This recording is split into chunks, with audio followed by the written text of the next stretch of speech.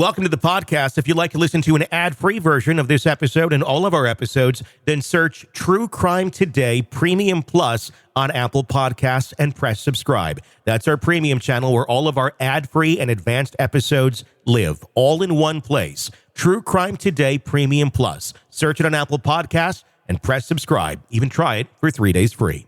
Sometimes the safest place is the most dangerous. You're tuned in to Hidden Killers with Tony Brueski, featuring psychotherapist and author Shavaun Scott. Sean Diddy Combs and the latest round of accusers have come to light. I feel like it's kind of like an every Monday thing now. It's like in school, you get chocolate milk on a certain day of the week. Every night, day here now, it's like a certain day, new Diddy allegations coming down. 7 new ones. These are not the 7 from last week, by the way. So we're now up to like 30-some official civil cases against him, and it ranges. There's all sorts of accusations, and here we're going to break some of them down. Joining me to discuss, Shavaun Scott, psychotherapist and author. Shavaun, what strikes me about this is the celebrity culture. I guess we're going to use that term. I don't know if that's truly what it is, because it feels more like it turned into a hedonistic cult than it did celebrity culture. Like it went there. I think that's what was the guise drawing him in, with celebrity culture, and then guess what, everybody? It's far darker than that. The one that specifically got me was one of the first ones reported on this last week. The 13-year-old girl that claims she was there apparently got in through one of the limo drivers, let her in and said, yeah, come on into the party. Great idea. It was at the 2000, this was 24 years ago, MTV Video Music Awards at the after party. The Jane Doe says she was in a room. Diddy came in along with a male friend, a male star, and a female star, and the two males sexually assaulted the 13-year-old while the female watched. It's an allegation, so it is what it is, but this idea that there's no, I mean, this is very unhuman. The 13-year-old was treated not like a human being, and the fact that the female stood there and watched, I mean, one could argue, well, was she shocked? I'm going to go with she's used to it, based on what we hear in this story. It's not something I think that any normal human being or healthy relationship would do, of like, hey, honey, do you mind if I go rape the 13-year-old in front of you? Okay, thanks. Diddy's doing it. I think it's okay. I mean, that seems to be how this played out. What is going through one's mind that this is that normalized that one could just sit there and be like, yeah, have fun, honey? Yeah, I think you nailed it with the title hedonistic cult. I mean, that's exactly what it sounds like, with this in crowd of people and unspeakable things going on, and everybody just sort of goes along with it and validates it. And what is the full extent of this going to be? It's really, I mean, we want to say unbelievable, but it keeps happening. And so it seems like it's something far greater than anybody could have ever guessed. How the hell did Diddy normalize this shit? Maybe it wasn't even Diddy who normalized it. Maybe it was just kind of part of their culture, if you will, in a real sick way, that this stuff goes on at parties. But unless you grew up with this, at some point this was normalized. I mean, I guess I'm having a hard time wrapping my mind around how you go from like, I'm at a party, okay, I'm kind of uncomfortable, I'm going to go away, they're kind of getting sexual, to like this, where it's like your partner is raping someone and you're just like, hey, can I have another vodka and Sprite? It's exactly what's going, like, how do you get there from point A to point B? Yeah, it's hard for me. I'm a person who has a very sensitive conscience and a very strong awareness of right and wrong and respecting other people. And I raised my kids that way. So when we look at folks who would ever engage in this kind of behavior, I can't really wrap my head around, especially to have a female that would participate in some way as a perpetrator. Again, are we looking at a lot of people with cluster B personality problems, and they all just sort of met each other and facilitated each other and were drunk with the money and power and got away with things for so long that they just continued. Yeah. And it's for me personally to wrap my head around it and say, how does anybody get there? It's like, it's beyond me. Hard to imagine. In a lot of these cases, when I say these cases, I'm thinking of like Epstein, I'm thinking about R. Kelly. There's been a female aspect to it Mhm. in terms of not just victims, but in terms of recruiting, in terms of being Exactly. part of the system. We had Ghislaine Maxwell with Epstein.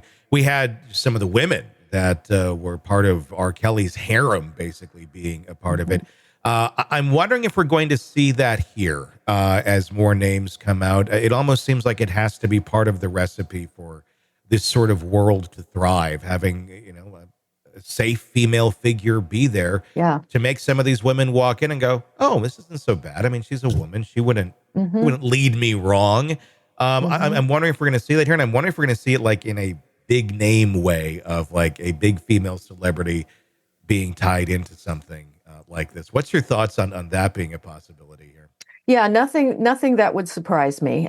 Even with Harvey Weinstein, there were women that Yeah. knew what was going on and facilitated, Hmm. his rape of female stars. So it's again insidious. It's hard to imagine how a woman could validate the abuse and rape of other people and particularly little girls. But does it happen? Yeah, all the cases you mentioned.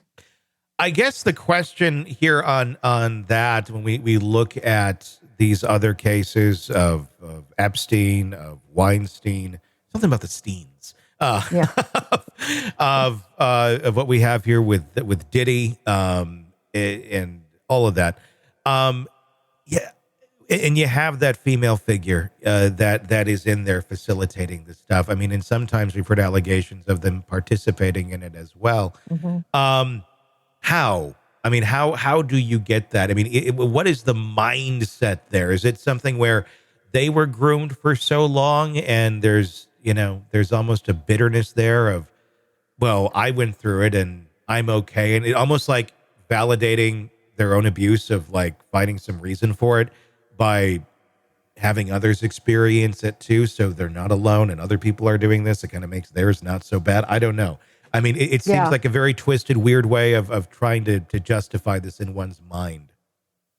Yeah, I don't know how often we could find evidence that somebody who engaged in this kind of behavior had this happen to them in the past. It certainly, I'm sure, happens sometimes, but a lot of the time it doesn't, and we Really? never do find a good reason for why, other than they were enamored with the wealth, the power, this status that they got from this, this powerful male that they were in essence serving.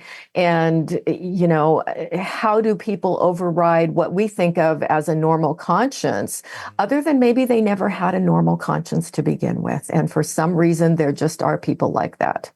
Yeah, that's the sad reality. I think that we don't want to Hmm. believe sometimes.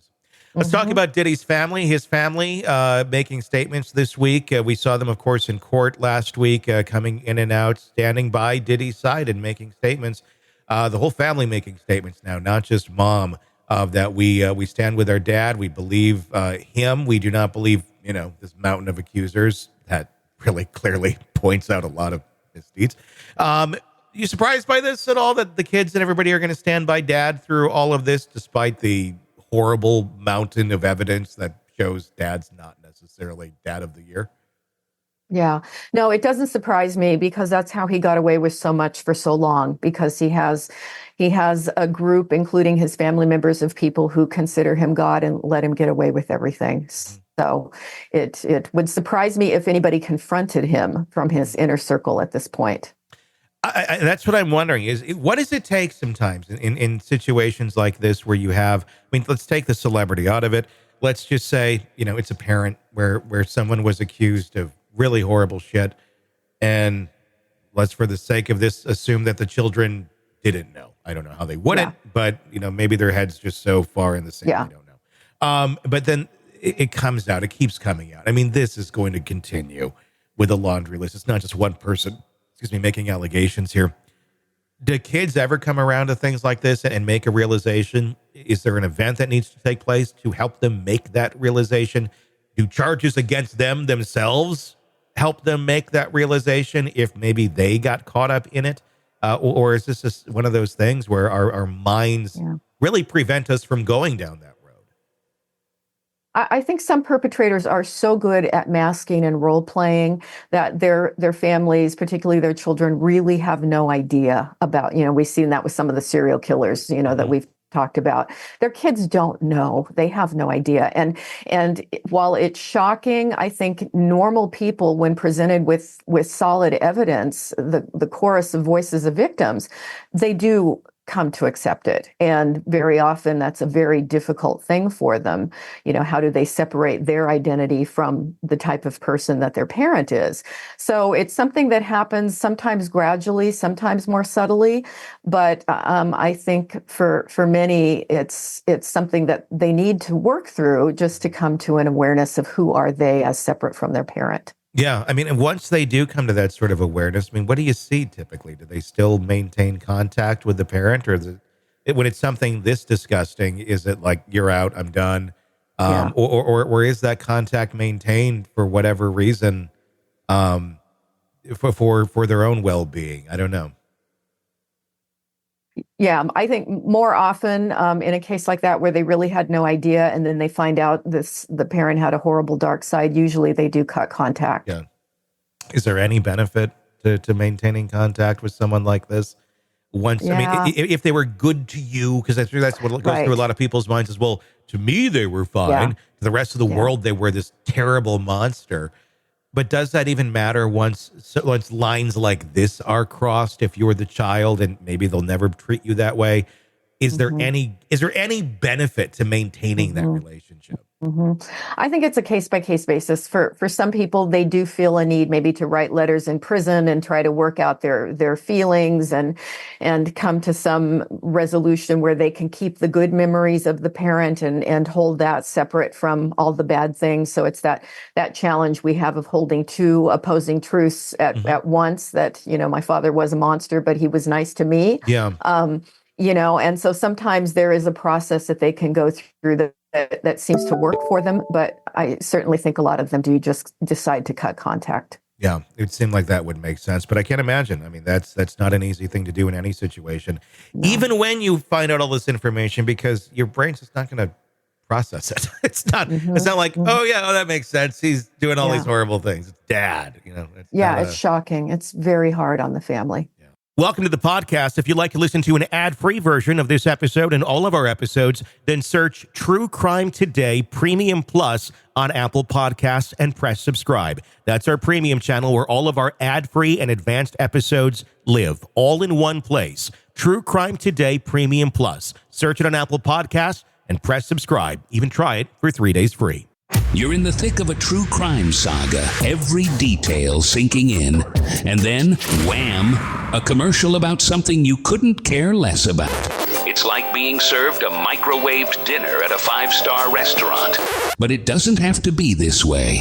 Go for True Crime Today Premium Plus on Apple Podcasts. With True Crime Today Premium Plus, you get uninterrupted, ad-free episodes, extended interviews that dig even deeper into the muck, and early access so you can brag to your friends. It's like ordering the secret menu at a crime buffet. So, search for True Crime Today Premium Plus on Apple Podcasts, subscribe, and savor every twisted detail without interruption.